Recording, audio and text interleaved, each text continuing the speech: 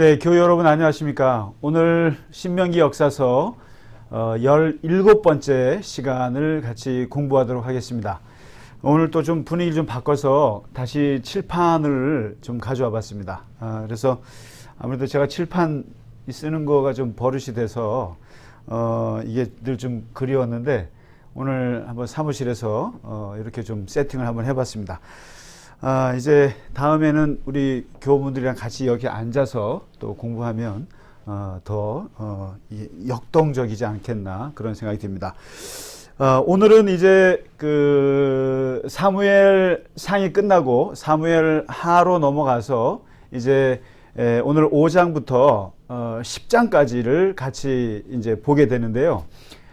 지난주에 우리가 1장부터 5장까지가 이제 사울이 죽고 그리고 다윗이 이제 왕이 되는데 이스라엘 전체 왕이 되지 못하고 유다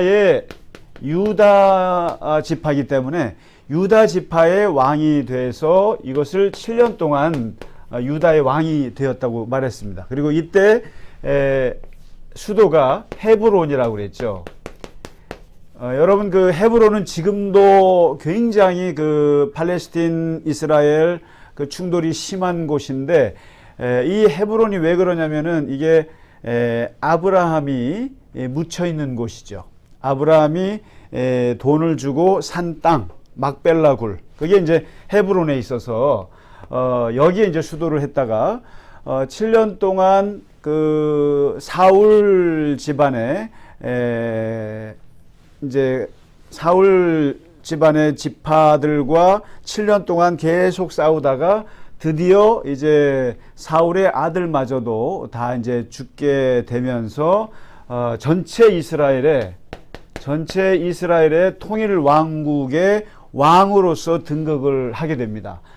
그리고 이제 이스라엘 전체 왕으로서 33년을 다스리게 되고 이때 이스라엘의 수도가 드디어 예루살렘이 됩니다. 예루살렘이 되고 이 예루살렘이 이때부터 이것은 또 다윗 성이라고도 이제 얘기하게 됩니다. 그래서 이게 이제 1장부터 5장까지의 이야기가 되고요.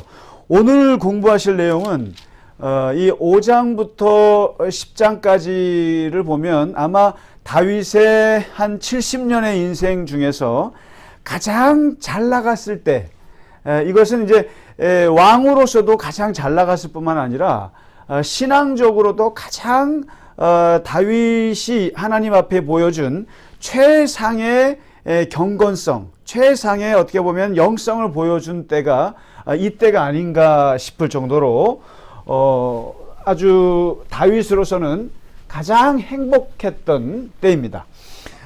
그것을 이제 오늘 좀 보게 될 텐데요. 일단 5장을 보시면 이제 다윗이 그 전체 통일 왕국의 왕이 되면서 그 지금의 예루살렘 땅을 이제 정복했다라고 하는 거. 그래서 거기에 이제 수도로 삼게 되고요. 그러면서 이제 점점점 자식들은 늘어만 갑니다.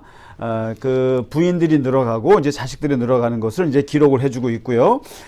그리고 왕이 되면서부터 어떻게 보면 국정 운영의 제 1순위가 뭐라고 말할 수 있냐면 그야말로 뭐 우리가 보면 이제 그 국정 지지도라고도 하지 않습니까? 근데 다윗으로서도 왕이 됐지만 왕으로서 백성들에게 인정받는데 가장 중요한 것이 뭐냐면은 블레셋의 처리예요.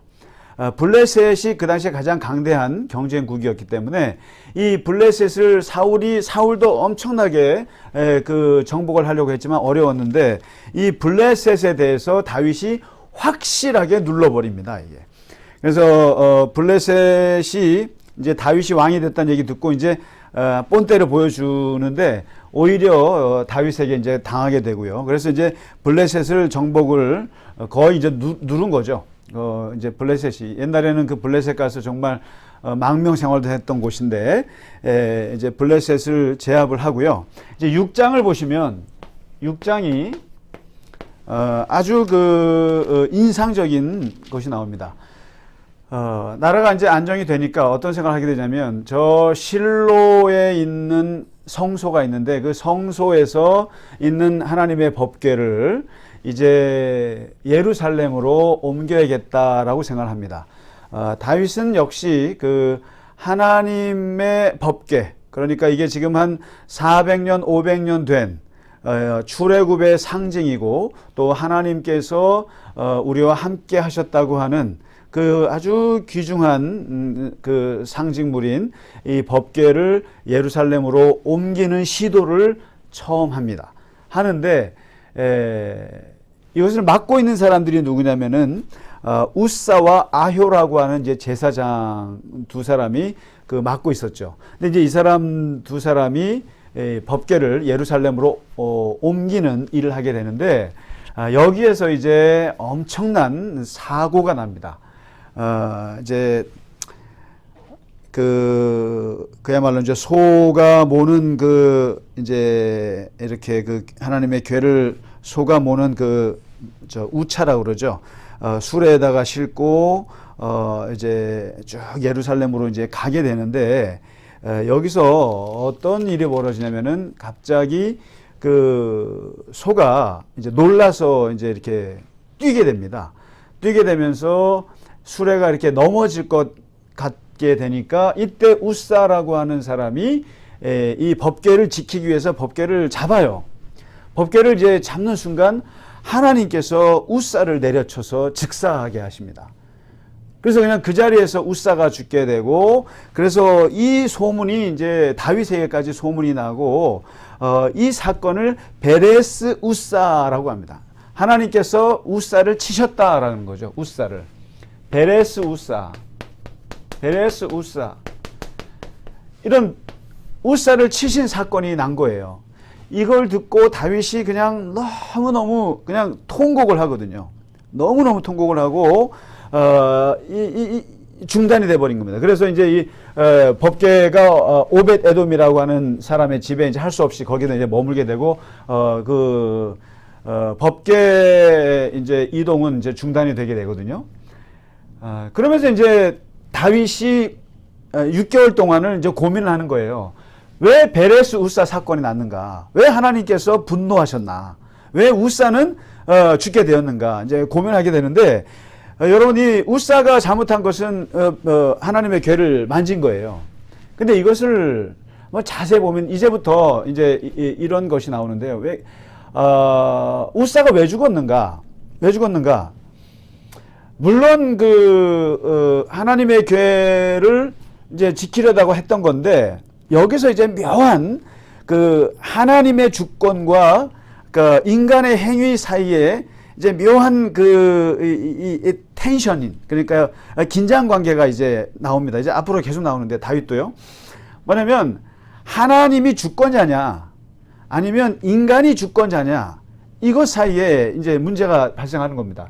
뭐냐면 우사가 하나님의 궤를 잡으려고 했던 것은 주제넘게 하나님을 내가 관리하겠다고 하는 의식이 이 안에 있지 않았겠는가에 대한 비판이에요. 이게요. 마치 하나님을 사물화하는 거예요. 하나님을 사물화하는 거 아니냐. 그리고 하나님을 비인격화하는 거 아니냐. 비인격화. 하나님은 인격이시고 하나님은 살아계신 분인데 하나님을 물건 취급한 거 아니냐. 그 다음에 자기들이 마치 하나님을 관리할 수 있다고 생각하는 거 아니냐. 관리의식이라는 게 우사에게 있었던 것이 아니냐. 그래서 이 우사에게는 어떻게 보면 이게 이제 우리가 소명을 가장한 문제인데요. 내가 하나님을 책임진다고 하는 의식이 있었던 거 아닌가. 내가 하나님을 책임진다. 그러니까 생각해 보세요. 박스잖아요. 하나님의 궤잖아요. 그런데 이 박스를 옮기는데 내가 이걸 책임지는 거 아니겠는가? 이런 생각인 거죠. 이제 바로 이런 것이 이스라엘의 역사 속에서 하나님을 섬기는 사람들에게 생기는 사실 오래된 문제였어요. 그리고 성경은 이것을 끊임없이 비판을 하는데, 뭐냐면 내가 하나님을 책임진다. 내가 하나님의 율법을 지킨다. 내가 하나님의 어떤 그 전통을 지킨다. 라고 굳게 믿는데 이게 자기가 하나님께 헌신한다고 생각하는 거예요. 바로 이런 우싸 같은 생각에 빠진 사람들이 바로 유대인 지도자들이었고 바리새인들이었고 율법학자들이었고 회개하기 전에의 바울 같은 사람의 모습과 똑같아요. 다시 말해서 율법은 우리가 지킨다. 하나님은 우리가 지킨다. 이런 그 의식이 있었다는 거죠. 하나님의 법궤가 넘어지니까 내가 지켜야 된다. 근데 이러한 의식을 갖고 있는 사람들을 뭐라 율법주의라고 그러거든요. 율법주의자. 근데 이것은 사실상 이게 유대인들만 있는 것이 아니라 교회에도 마찬가지 이런 게 많아요. 그러니까 교회는 내가 지킨다? 되게 무서운 얘기예요. 그러니까 우리가 보통 교회가 어렵고 그럴 때마다 교회 주인은 나지 교회를 우리가 지켜야지 누가 지키냐 이러는데 이러한 언어 자체가 되게 교만한 언어일 수 있어요. 사실은요. 그리고 이제 소위 말해서 나라도 마찬가지거든요. 이 나라는 내가 지킨다. 좋죠. 좋은데 이 나라를 내가 지킨다라고 하는 건 좋은데 마치 내가 더 주권자가 될 수 있다는 거죠. 그래서 우리가 애국주의라고 하는 것도 되게 조심스러운 말이에요. 애국주의. 겸손해야 되거든요. 사실 나라에 대해서도 겸손해야 되는데 내가 나라를 지킨다고 하면서 다른 사람들을 오히려 배타할 수 있고 내가 교회를 지킨다 그러면서도 그런 사람들이 교회의 다른 사람들을 배타하고 배제할 수 있어요. 그리고 마치 이 사람도 아직 하나님을 내가 지킨다라고 하는 우사의 의식이 이 안에 있었더라는 거죠. 그러니까 바로 이런 이거에 대해서 항상 하나님은 뒤집어 엎으세요. 보면은 이 하나님의 법궤 사건이 두 번이 있었죠. 뭐냐면 옛날에 사무엘 때 엘리 제사장의 아들들이 블레셋과 전쟁을 나갈 때 이 법궤를 메고 나갔잖아요. 근데 바로 이것도 이 법궤를 미신화한 거예요. 미신화. 이 법궤가 가면은 하나님이 막 역사할 거라고. 근데 아무것도 역사하지 않았고 반면에 블레셋 사람들이 법궤를 만졌다가 6개월을 사람들이 막 죽어나가고 그러면서 뭐냐면 이 법궤를 통해서 하나님이 뭘 말씀하시냐면은 내가 주권자다. 내가 책임지고 내가 살아있는 하나님이라는 것을 스스로 증언한 사건이에요. 이게요. 네가 뭘 나를 책임져. 이거죠. 바로 이게 베레스 우사 사건이. 이걸 이제 다윗이 6개월 동안 왜 사고가 났을까라고 하는 깊은 성찰 속에 깨닫게 되고 6개월 후에 이제 잠시 머물렀던 오벳 에돔의 집에서 하나님께서 복을 주신다라고 하는 얘기를 듣고 다시 결행을 합니다. 다시 이제 하나님의 궤를 옮기게 되는데 이때 다윗이 철저하게 준비를 해서 하는데 뭐냐면 하나님의 궤를 물건으로서 생각하지 않고 하나님으로서 전적으로 인격적으로 대우하는 다윗의 그 모습이 나옵니다. 한 4가지의 단계가 있는데 이 궤를 옮길 때 이제 다윗이 어떻게 하냐면요. 첫 번째 육보 일제. 이게 뭐냐면 여러분 삼보일배라고 들어보셨잖아요. 우리가 불교 용어인데 이게 3발 걷고 한 번 절하고 3발 걷고 한 번 절하고 하는 건데 이 하나님의 법궤가 갈 때는 어떻게 하냐면은 다윗이 육보일제를 한 거예요. 다시 말해서 6걸음을 갈 때마다 한 번씩 제사를 드리는데 이 제사가 뭐냐면 화목제요 번제입니다. 그러니까 번제가 뭐예요? 가장 강력한 제사가 번제죠. 불에 태워서 죽이는 거고 화목제로 하나님께 드리는데 이건 뭡니까? 피 흘림의 제사죠. 피 흘림의 제사를 합니다. 6발자국마다. 그러니까 이게 굉장히 그 예루살렘이라고 하는 곳이 엄청나게 그러니까 피의 거리가 되는 거죠. 어떻게 보면 6발자국 가서 제사 드리고 6발자국 가면서 제사 드리면서 그러니까 계속 피를 흘리면서 갑니다.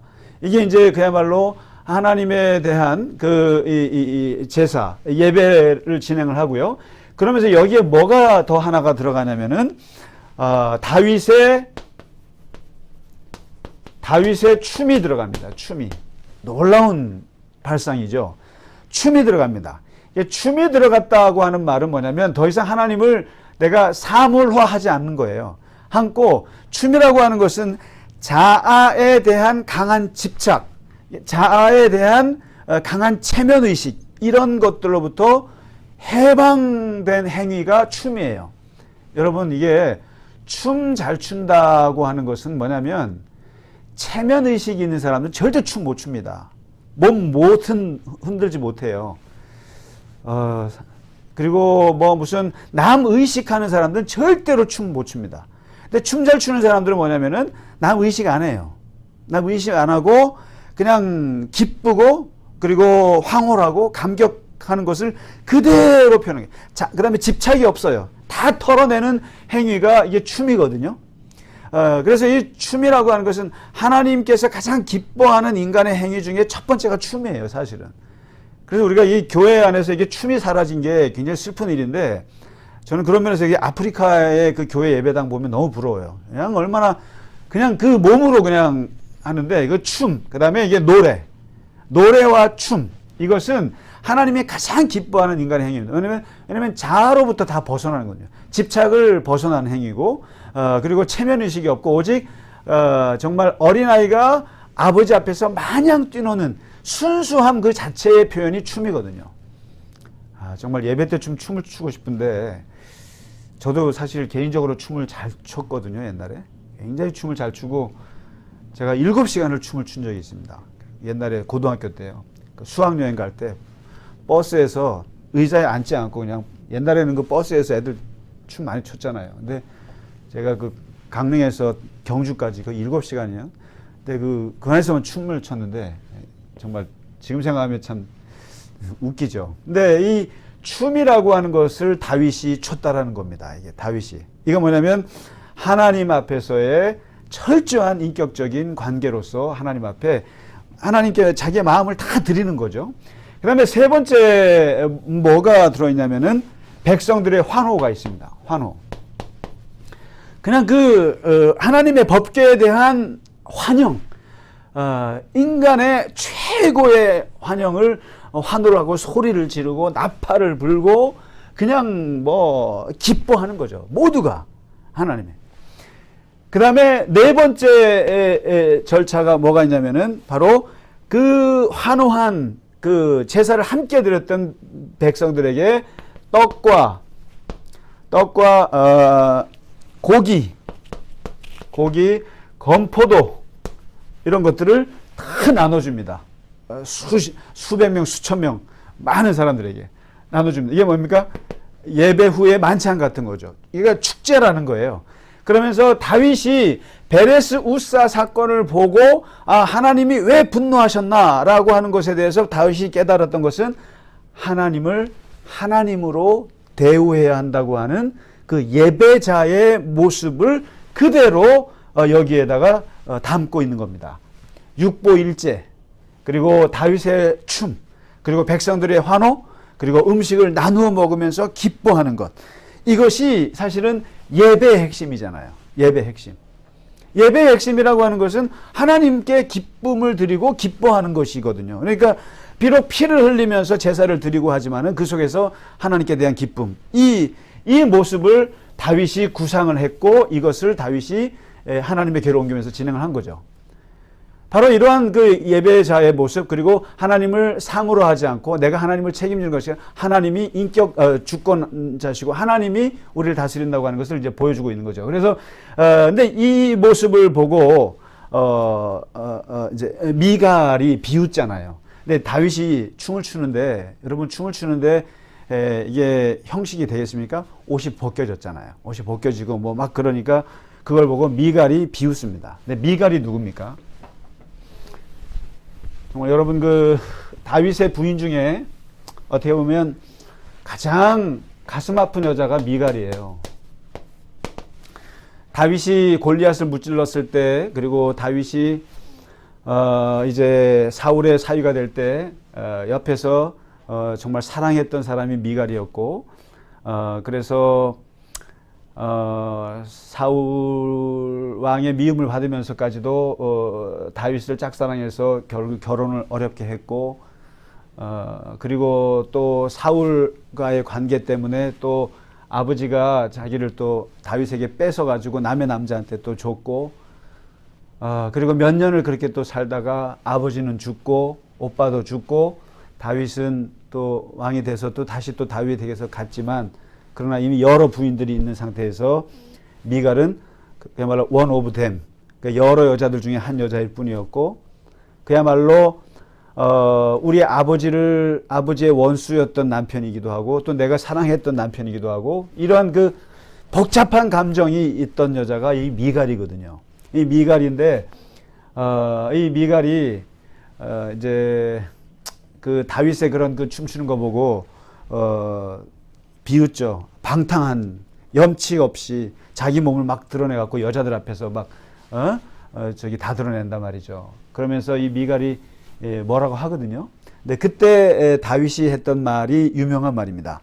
그게 뭐냐면은 6장 21절에 미갈에게 뭐라고 말하냐면 나는 이것을 여호와 앞에서 한 춤이지 여자들 앞에서 춘 춤이 아니다 이거죠.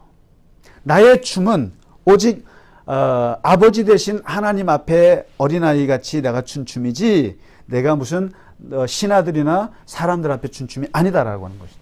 되게 중요한 말이다. 하나님 앞에 춘 춤이다.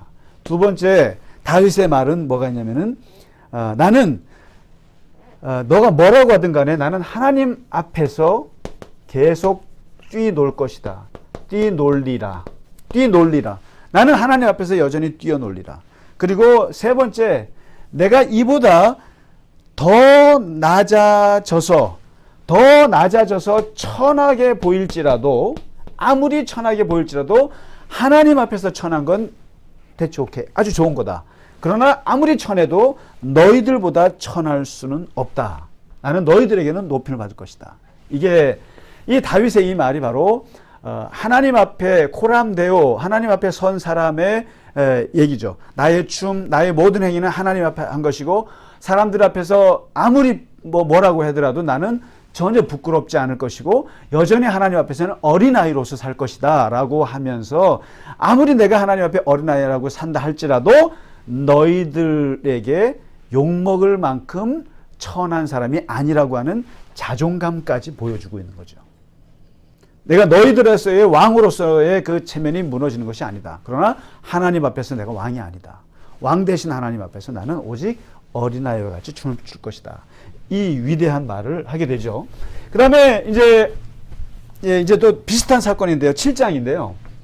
7장에 가시면은 이제 바로 아까 하나님이 주권자냐 우사가 주권자냐라고 하는 이 미묘한 이것이 있었다면 이번에는 이제 하나님과 다윗 사이에 미묘한 주권자 이게 의식이 생기는 거죠. 이게 갈등이 뭐냐면 다윗이 이제 모든 게 잘 풀려요. 잘 풀려가지고 이제 떡하니 이제 궁궐에 궁에 평안히 이제 앉아 있다 보니까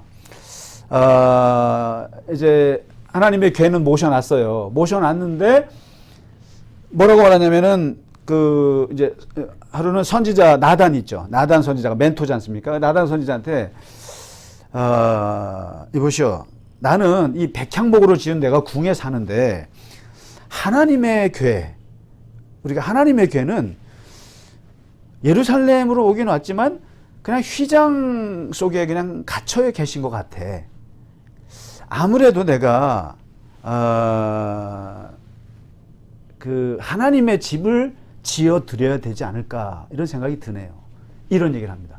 처음으로 성전 건축에 대한 뜻을 밝힙니다. 그 말을 듣고 나단 선지자가 들어보니까 얼마나 기특해요. 너무너무 기특하지 않습니까? 야, 이제 하나님의 궤를 여기다 옮겨놨는데 하나님의 궤를 모실 만한 아주 좋은 성전을 짓겠다고 하니까 얼마나 기특하겠어요. 그래서 그렇게 하시라고. 너무 좋은 거죠. 뭐 이런 거죠, 여러분. 우리 교인 중에 목사님, 제가 아무래도 제가 몇십억 집에 사는데 제 집은 굉장히 좋은 집에 사는데 교회는 너무 이게 좀 그러네요. 제가 아무래도 교회를 하나 예쁘게 지어서 하나님의 전을 지어 드려야겠습니다. 이렇게 하면 어느 목사가 싫어할 사람이 있겠어요? 다 좋아하죠. 당연히 하라고 하죠. 그런데 그날 밤 나단이 집에 가서 자는데요. 하나님이 나단을 엄청 괴롭히시는 거예요. 엄청 괴롭히면서 뭐라고 얘기를 하시냐면은 엄청난 메시지를 주셨는데 거기에 나단이 완전히 그냥 하나님이 이렇게 예민하신 분이구나. 하나님이 이렇게까지 생각하시는구나. 여기서 하나님이 이렇게 자존심이 강하신가? 이런 메시지를 강하게 받고는 다음날 다윗에게 찾아와서 어제 얘기했던 거 취소하시오. 왜요?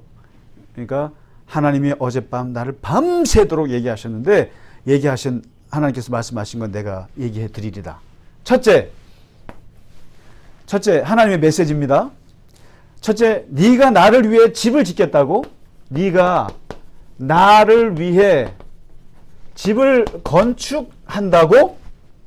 두 번째, 그래, 나는 출애굽할 때부터 애굽 때부터 지금까지 나는 집 없이 살았다. 집 없이 살았고 나는 텐트에서만 살아왔다. 지금까지 성막에서만 살아왔다. 400년 500년을 살아왔다. 셋째, 내가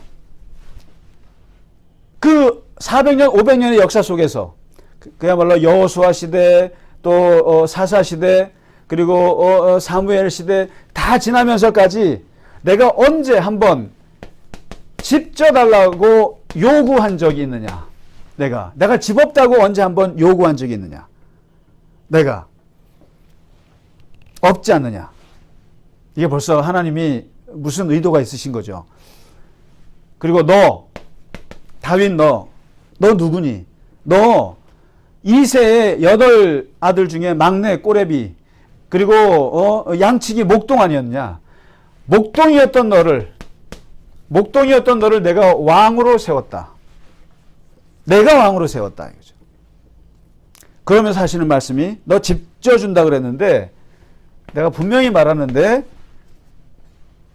내가 너를 위해서 집을 지어주마. 내가 너를 위해서 집을 짓는다. 이게 무슨 말씀입니까? 건방지게 떠들지 마라 이런 얘기죠. 건방 떨지 마라 이게요. 누가 누구 집을 지어주냐는 거예요. 벌써 여기서 7장은 다윗의 겉보기에는 굉장히 하나님을 위한 그 헌신적인 그러한 모습으로 보여지나 그러나 중심을 보신 하나님께서는 뭘 봤냐면은 교만의 싹을 보기 시작한 거예요. 베레스 우사의 모습을 보기 시작한 거예요. 네가 내 집을 지어줘. 네가 나를 관리해줘. 네가 나를 지켜줘. 네가 나를 무슨 성전을 지어줘. 건방지다라는 거예요. 누가 누구를 관리해. 누가 누구를 지켜줘. 누가 진짜 주권자인데. 벌써 우선순위에서 벌써 다윗이 슬슬슬 교만해지고 벌써 왕이 되다 보니까 하나님이 측은지심. 여러분 누군가를 불쌍히 여기는 거 되게 안 좋은 겁니다. 누군가를 불쌍히 여기고 누군가를 동정하는 것 정말 교만한 짓이에요. 근데 바로 지금 다윗이 하나님을 동정한 거예요. 지금 하나님이 누구신데요? 하나님은 만왕의 왕이시고 만군의 주신데 어디 그 일개 목동이었던 이 내가 하나님을 지키고 하나님을 동정해요?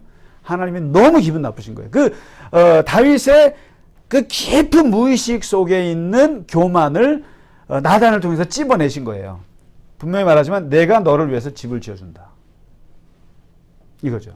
그리고 진짜 성전은 진짜 집은 나를 위한 집은 네가 아니라 너의 아들이 짓게 될 것이다. 너는 못 지어.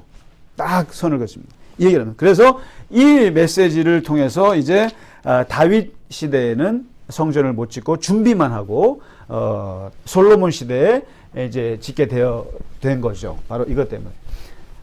그러니까 이제 오늘 보시면 그리고 이제 7장 그러니까 6장과 7장이라고 하는 베레스 우사 사건과 지금 이 하나님의 성전을 짓겠다고 하는 이 다윗의 이 여기 속에서 이제 성경은 계속 얘기하는 겁니다. 진짜 주권자가 누군가 하나님을 하나님으로 대우하라.